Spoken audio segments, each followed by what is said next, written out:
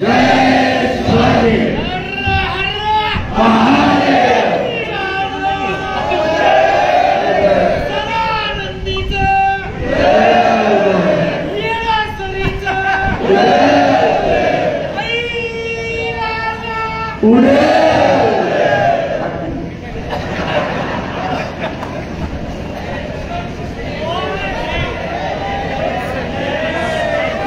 जरा फोटोग्राफर बसा.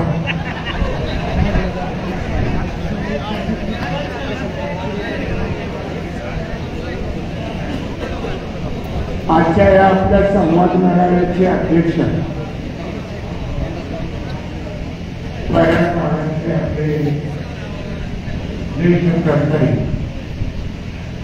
माननीय प्रकाशजी गुरु ज्यांनी माझ्या व्यक्त केलेले मकरंद मालक नागेश गोटे काकडी शंकर देवकर वाईबाई शेख त्याचबरोबर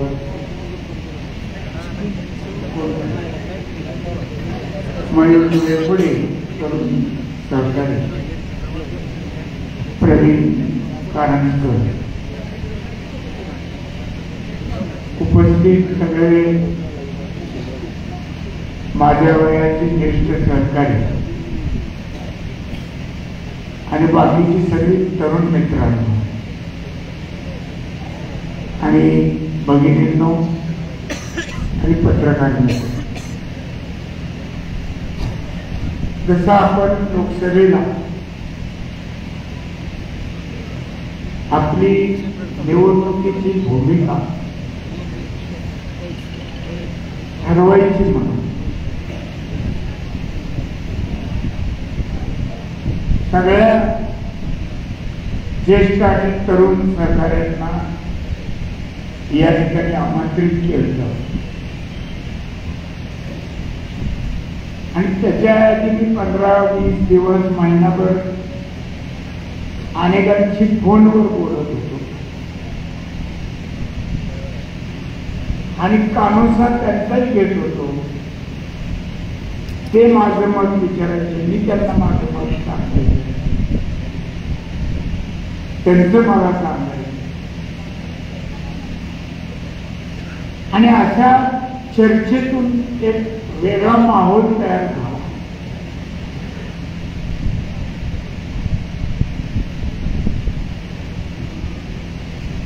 फोनच्या बाबतीत आमचे कमलाकर पाटील सर म्हणले तर पूर्वी लँडलाईनचा नंबर सुद्धा माझा त्यावेळेस उत्तर वार्षिक मतदारसंघ होता. प्रत्येक गावातल्या सहकार्यांना माहीत होता. त्यावेळेस पहिला नंबर होता माझा 163, त्याचा झाला परत 363, परत 32-63, 22-32-63 आणि तेव्हापासून हे आलं. त्यावेळेस पासून मी रात्री अपरात्री सुद्धा बरीच डोकमोड होती किंवा कुणाची तरी करमणूक होती तेव्हा रुबाब वाढतो म्हणून त्याचा रुबाब वाढावा म्हणून मी त्याचा फोन उचलत होतो. कारण केव्हा कुणावर काय प्रसंग येईल ते सांगता येत नाही आणि त्याच्यासाठी एक उत्तम साधन आहे. जसं आणीबाणीच्या प्रसंगासाठी उत्तम साधन आहे तसं अनेकांचं करमणुकीचं पण साधन आहे. आपला दृष्टिकोन कसा त्या पद्धतीने याच्याकडे बघावं लागतं. पण माझी सवय जुनीच आहे. फोन काही वेळेस आमचा माणूस दाखवला गेला असेल, काय रेटला गेला, त्यांनी मिस कॉल बघून परत फोन करतात माझ्या नंतरच्या वेळा. म्हणजे त्यामुळे मी कुणाच्या टच मध्ये नाही असं नाही. अनेक जण मला 5 वर्ष जरी आपण मध्ये 2.5 वर्ष होतो सत्तेवर तर ते आपली सत्ता कोरोनामध्येच सगळ्याचं धीर देण्यात आणि एकमेकाला आधार देण्यात केले. त्यावेळेस मी रोज 5-25 फोन करायचं. पुढचा बोलला तर सांगायचं, ते म्हणायचं का केला?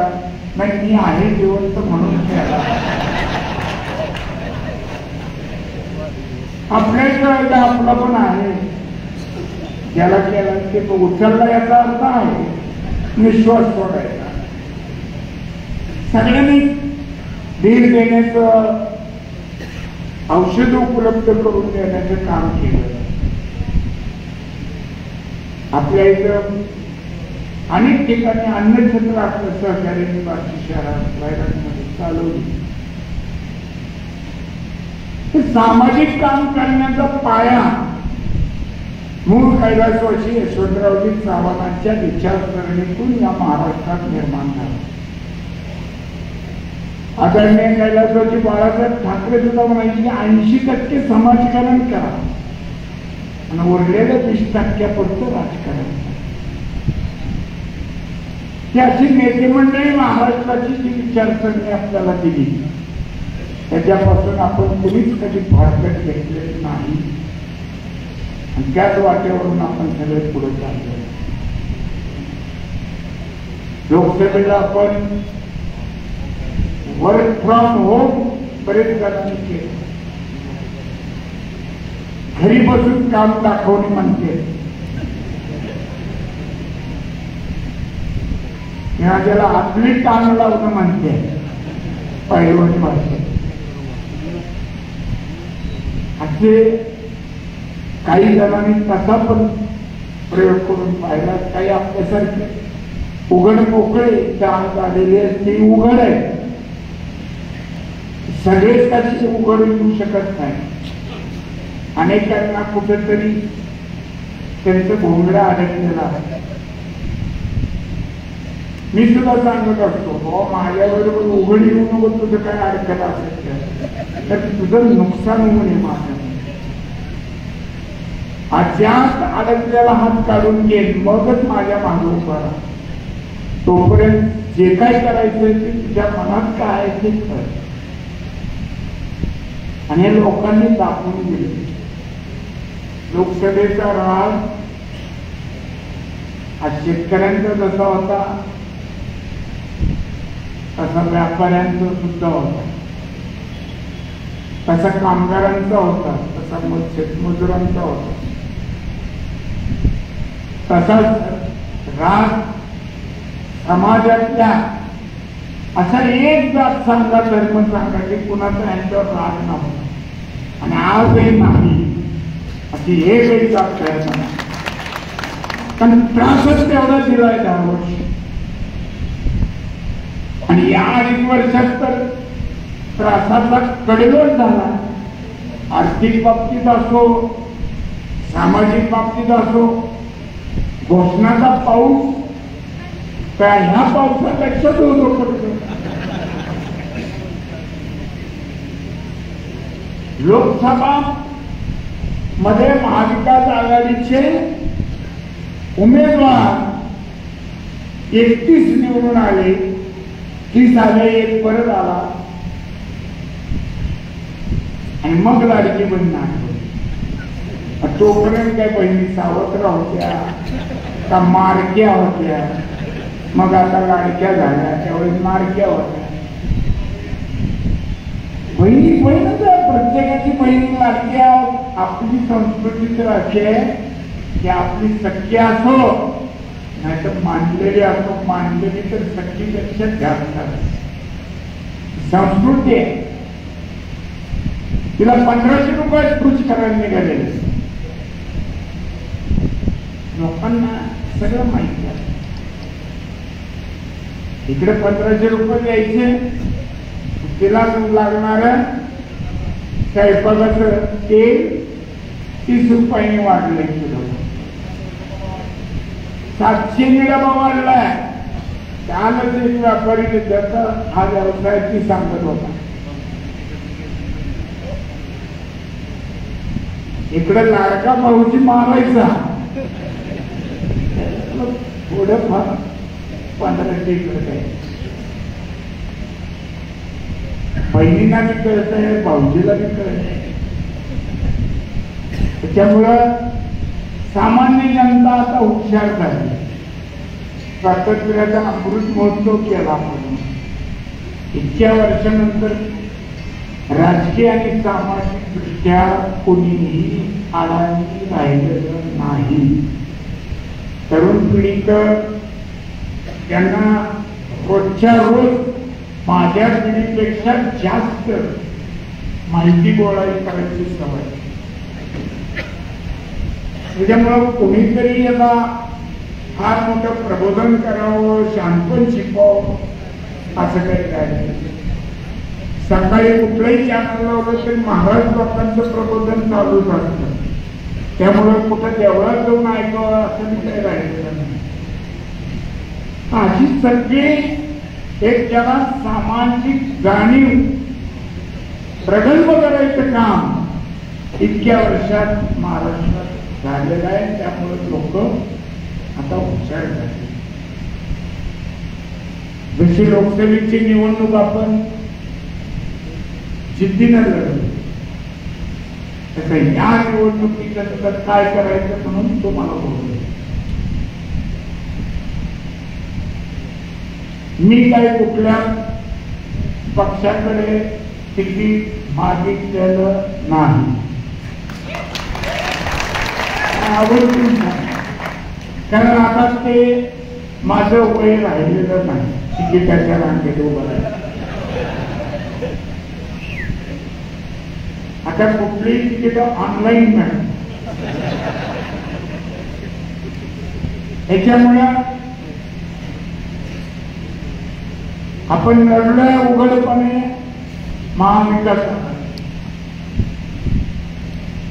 आणि त्यामुळं जो काही तिन्ही पक्षाचे नेते या महाराष्ट्रातल्या निवडणुकीच्या संदर्भात निर्णय घेतली तो आपण सगळे आपल्याला मान्य करा.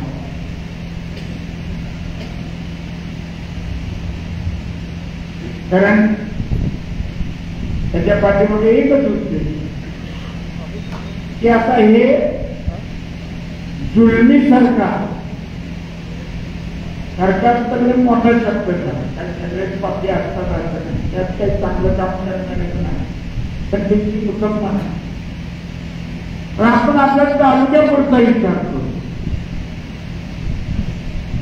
की सत्तेच्या आणि पैशाच्या जोरावर हा भस्मासूर जो झालेला आहे तो गाडल्याशिवाय आता आपल्याला तुम्हाला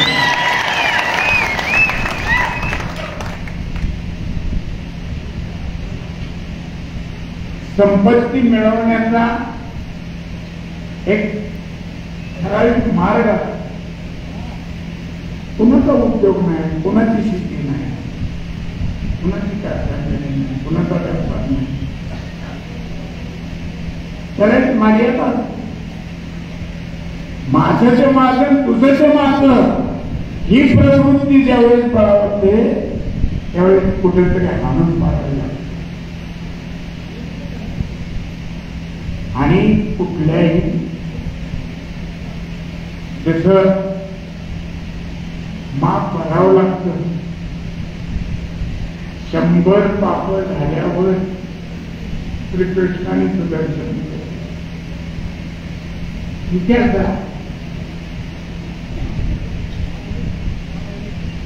हवस वाढलेले आहे. कुठं केव्हा प्रत्येक माणसाला असं वाटतं की कवा रात्री माझा उतारा त्याच्या नावावर होतो पाहिजे.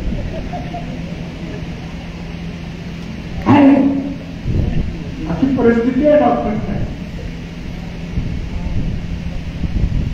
आणि त्या गोष्टीला माणसं कंटाळली. मी काय माझं मोठेपण सांगत नाही. मी पण 8 निवडणुका लढवल्या. आता ही लढून तुम्ही लढवा म्हणलं तर नक्की होईल. दिल से तर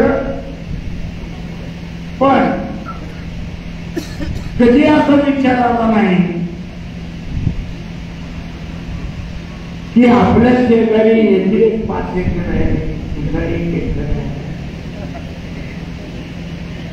हे जरा बरबडावं. नरसिंह तात्या देशमुख मास्तर म्हणायचे आपले 52 आमदार, ते मार्केट कमिटीचे पहिले चेअरमन. तिथपासून प्रकाश गुंड होते, भागवतराव होते, मुंडे दादा होते, हरेजी होते. कितीतरी लोकांनी चेअरमन मधून काम केले आणि माझ्यापर्यंत केले. पण आज जे मार्केट यार्डाची अवस्था आणि परिस्थिती आहे, इतकी खालावलेली परिस्थिती या कुणाच्याही कारकिर्दीत कधीच नव्हती, कधीच नव्हती. या तालुक्याचा शेतमाल तिथं आल्यावर त्याचा मालक तो शेतकरी आहे, त्याच्या विक्रीचं काम अडचणी करायचं आणि खरेदीदारांनी चढावडी लावून तो माल खरेदी करायचा. तर या बार्शी तालुक्यात लक्ष्मी फुले ह्याच्या पुढे भावच जाऊ द्यायचा नाही म्हणून जर कोण स्वतःच तिथं पोट भरायला लागला तर बघायचं कोणी कुणाकडे.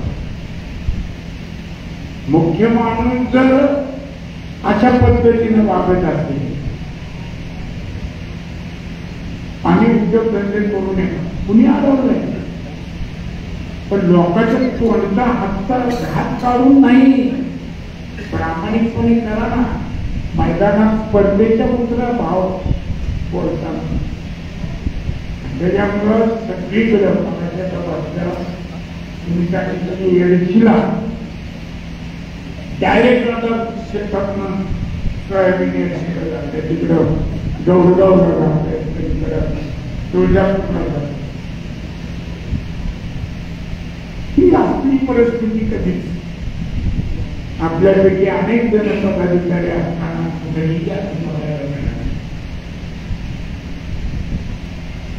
त्यामुळं तुम्ही सगळ्यांनी जिद्दीनं जसं लोकसभेला खसून काम केलं, काही बघितलं नाही, ओमराजांकडून आलाच पाहिजे आता चंद बांधला आणि प्रामाणिकपणे काम केलं. 5-5 बोकड्या करायच्या ठिकाणी विरोधकाची होती, पण आपल्याला एक जण सुद्धा म्हणला नाही की आपल्या बोकड्याचं काय उलट मला अभिमान आहे, अनेक गावात म्हणजे जवळजवळ सगळीकडे आपल्या कार्यकर्त्यांनी आपल्या ज्याची ज्याची ताकद आहे त्याच्याकडनं पैसे वर्गणी म्हणजे एक ना करतात अशी गोळा करून ती काम केलं. मग मी सांगितलं होतं बोकडं म्हणजे काय बोकडं, एक दिवसाचं कोणाचं तरी 2 वेळेचं अंदाज खाल्लं झालं तर एकच जायचं ना. आणि आता देत असलं तर का खाऊ नये, हा पण भाग आहे. आणि ते आपल्याच पैशाचा लूट आपलीच झालेली आहे.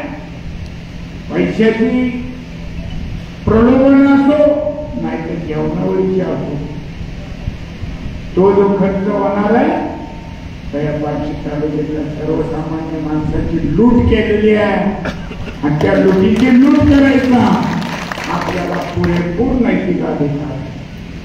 त्याच्यामुळे त्याच्यातही काही मागं पुढे बघायचं कारण नाही, पण आपला उद्देश हे जुलमी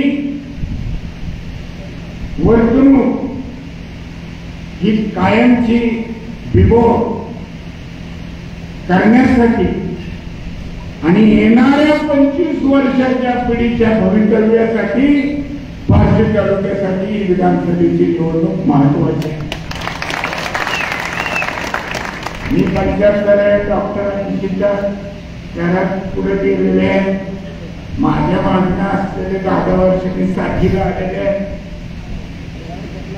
झालं की आपलं आज जे आपण जगायचं आहे ते आपल्या तरुण पिढीच्या भवितव्यासाठी तिला एक शिस्त, तिला एक दृष्टिकोन, एक वेगळा वाटेनं जाण्याची मार्गदर्शनासाठी या निवडणुकीचं महत्व हा आपल्या सर्वांना असलं पाहिजे. मिळेल त्या पद्धतीनं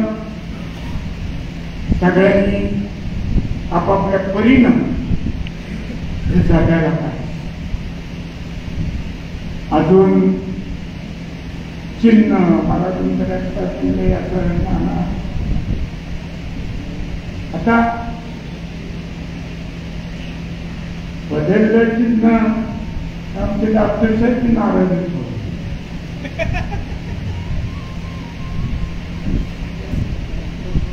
सगळ्यांच्या त्यावेळेच्या भावनामुळे घेतलं. मी काय माझ्या मनाने केलं असं ठीक आहे. असा अनेक वेळा झाला. माझ्या मनाने कधी केलं. आता शीत आघाडीचं जे धोरण ठरेल त्या पद्धतीनं आपल्याला पुढे जाईल.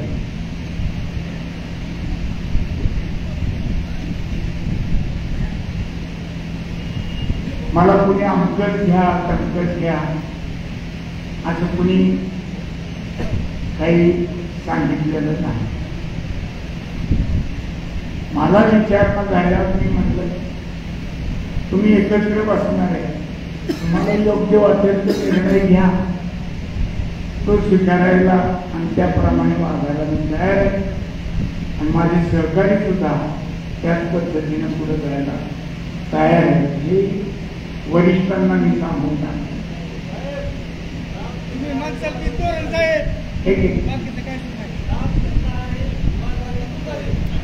कसं आहे तुतारीला आपल्या घरात ठेवलं पण राजे ऐका ऐका, तुतारीवाले, हातवाले, मशालवाले सगळे तिघ एका ठिकाणी आहेत. त्यांच्या बोलण्याचं त्यांच्या चर्चेतनं जे काही आता त्यांचा खल चालू आहे, तुतारीवाल्यांना वाटतं मी बरा आहे, मशालवाल्यांना तर मी आहे, मशालीकडेच आहे. उद्या हातवाले म्हणजे तुम्ही बाजूला व्हा, दोघं याला हात देऊ, तो हात हातात घ्यायला नको, तयार असलं पाहिजे.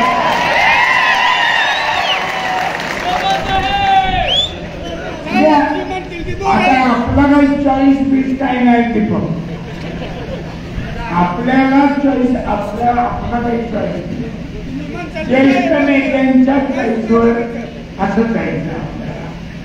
अधिक व्हायचं नाही आणि बदल तर मुळीच व्हायचं. त्यामुळं हे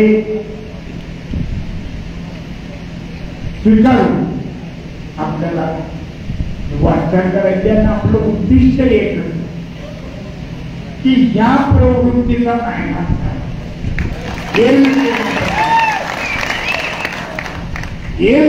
प्रकारे मी जास्त का म्हणतो, मला राजकारणासाठी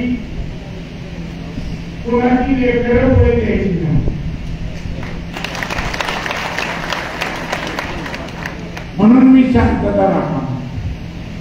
भांडण करायला सांगा, तिला 2 मिनिटं लागत नाही का. आणि आपले कार्यकर्ते ते आक्रमक आहेत, त्यांना नाही आपण वडला कासरा तर बेभानपणे काय होईल सांगता येत, ह्याची जाणीव मला आहे. आणि म्हणून मी प्रत्येकाला शांततेच्या संयमाच्या मार्गाने जाऊ म्हणून सांगतो. भांडण करायला काही वेळ लागत नाही. त्याचे रिफ्लेक्शन, त्याचे परिणाम परत 10 वर्ष पोल केलेल्या माणसांना त्यावेळी तिथे जावं लागतं. किसनराव बाबाच्या निवडणुकीत मी प्रचार प्रमुख होतो. ते निवडून आले आणि त्यावेळी त्याच्या भांडणतंटे झाले वापसी शाळा. त्याचा कार्यकर्त्यांच्या भांडणात सापडलेल्या मी वकील म्हणून 5 वर्ष माझ्या खात्यानं तिथे लावून खटले लढवत होतो. हा माझा वैयक्तिक अनुभव. परंतु मी फारस 6 महिने लक्ष देतं, परंतु मी घेत नाही. कारण नसताना आता शिकलेली मुलं आहेत, शिकायला लागलेली मुलं आहेत, त्यांना कुठेतरी संधी असते. त्यावेळेस त्यांच्या पोलीस केसमध्ये त्यांचा रेकॉर्ड खराब निघून नोकरीवर परिणाम होणे, सगळे दृष्टिकोन ठेवून आपण काळजी काय करतो. म्हणजे काय करतो? तरुण पिढीची काळजी करायची म्हणजे हीच काळजी करायची दिवस आहे. मला सांगता येत नाही का तुझं काय काम नाही ना, काय तुझं धंदा उगत राहूचा गुत्ता, किती वेळ लागतो म्हणायला? वेळ लागतो का? आता आजपर्यंत कोण येत नाही हो.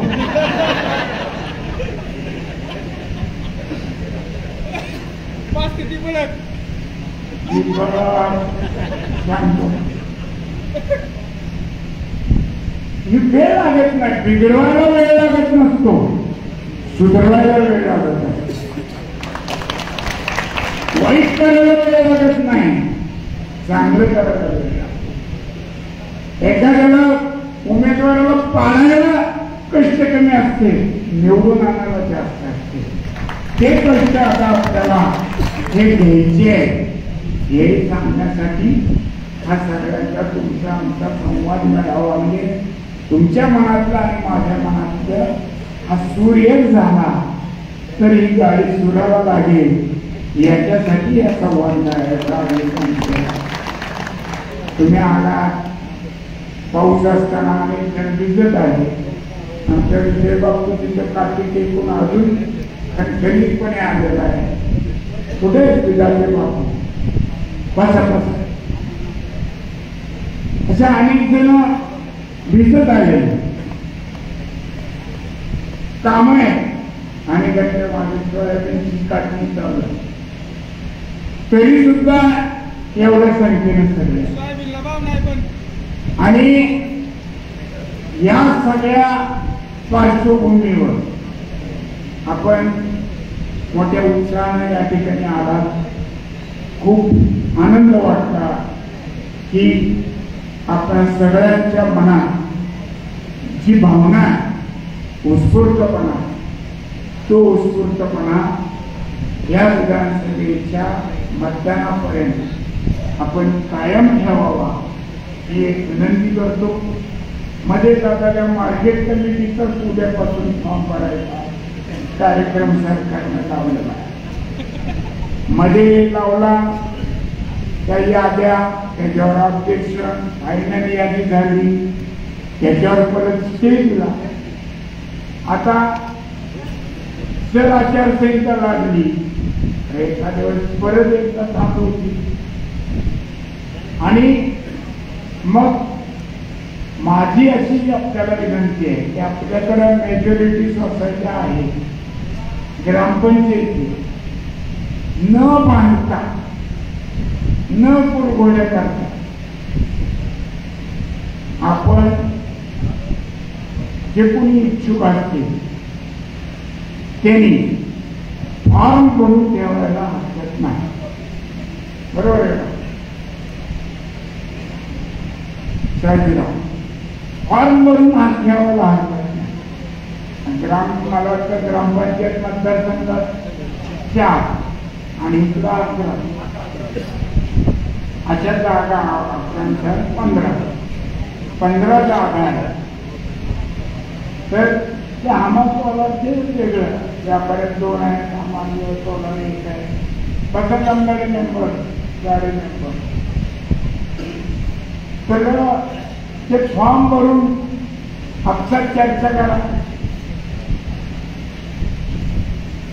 चर्चेतनं काही नाही फलनिष्पत्ती झाली तर निर्णय आमच्यावर सोपवा, ते नाराज न होता सोपवा. आपण पण भाग आहे ना, त्याच्यामुळं फारसं काही नाही. आणि असं काही नाही, महाराष्ट्रात सत्ता बदल होणार आहे. त्यामुळं जिथं जिथं सत्तेचा आधार घेऊन अशा संस्था बळकवलेल्या आहेत, सत्ता बदलल्यावर तिथली सुद्धा सत्ता आपण ठेवणार नाही. त्यामुळे फार फरक पडत नाही. एका आदेशात बरखास्त आहेत, कारण कारभारच तसं केलं. कारभारच त्याचा करून ठेवला म्हणल्यावर किती लागतं ऑडिटमध्ये. हो, आम्ही काय न करता आमचं फौजदारी 105 काही भ्रष्टाचाराचा केलं सांगायला हरकत नाही. आज त्या आमच्या तात्यावर केलं. मी त्यांना म्हणलं, हे जर दुरुस्ती नाही झाली तर बार्शीमध्ये 15 ते 20 हजाराचा मोर्चा मला काढावा लागेल आणि ही असली कुणाचं तरी ऐकून खोटे नाव घालायची पद्धत या तालुक्यात या प्रवृत्तीमुळे निर्माण झाली. 2004च्या निवडणुकीत सुद्धा सुधीर भाऊ चोपड, योगेश चोपड हे बार्शी भांडण कुठे झालं, दुसरा कुसळमला. भांडणं म्हणजे अशी बी काय नाही, कोण मरायला अशी बी झालं नव्हतं. भांडणं म्हणजे नाना वगैरे पोचेपर्यंत तिथं पळून गेलेले होते. पण 307ची असा कोणाचा तरी आधार घेऊन दाखल केला. म्हणून काय हरकत नाही, आमच्या बापाने मला वकील त्याच्यासाठीच केला. चालेल, काय करायचं. मी नंतर बोलतोय, आपण दोघं पण पाटील. नाही, माझा मूड जाईल दुसरं बोलायचं. तुमचे प्रश्न खूप छान असतात, खूप इंटरेस्टिंग असतात, विचार करण्यासारखे असतात. पण आपण दोघं बसल्यावर बोलू. सध्या नवरात्र चालू आहे, माळ आहे माझ्याकडे.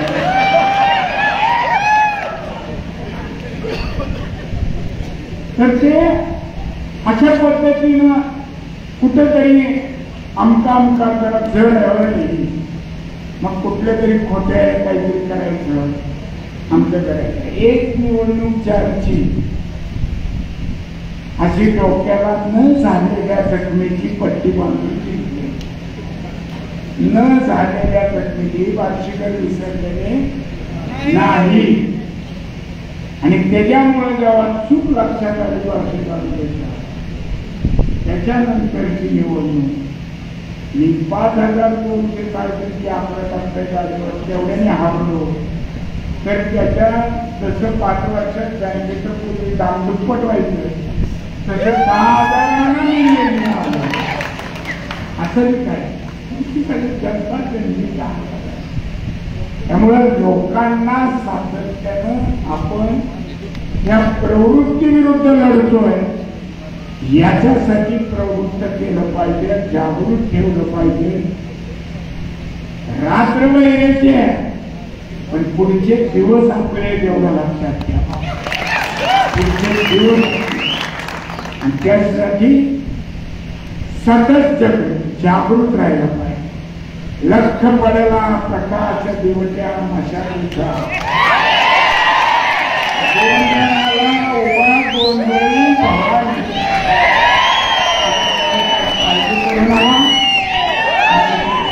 निर्भीडपणा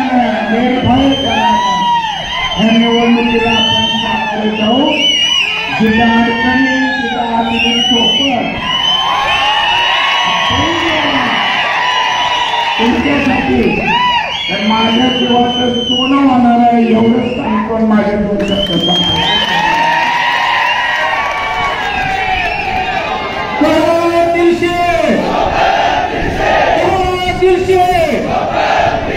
छत्रपती शिवाजी महाराज की, छत्रपती संभाजी महाराज की, दिलशे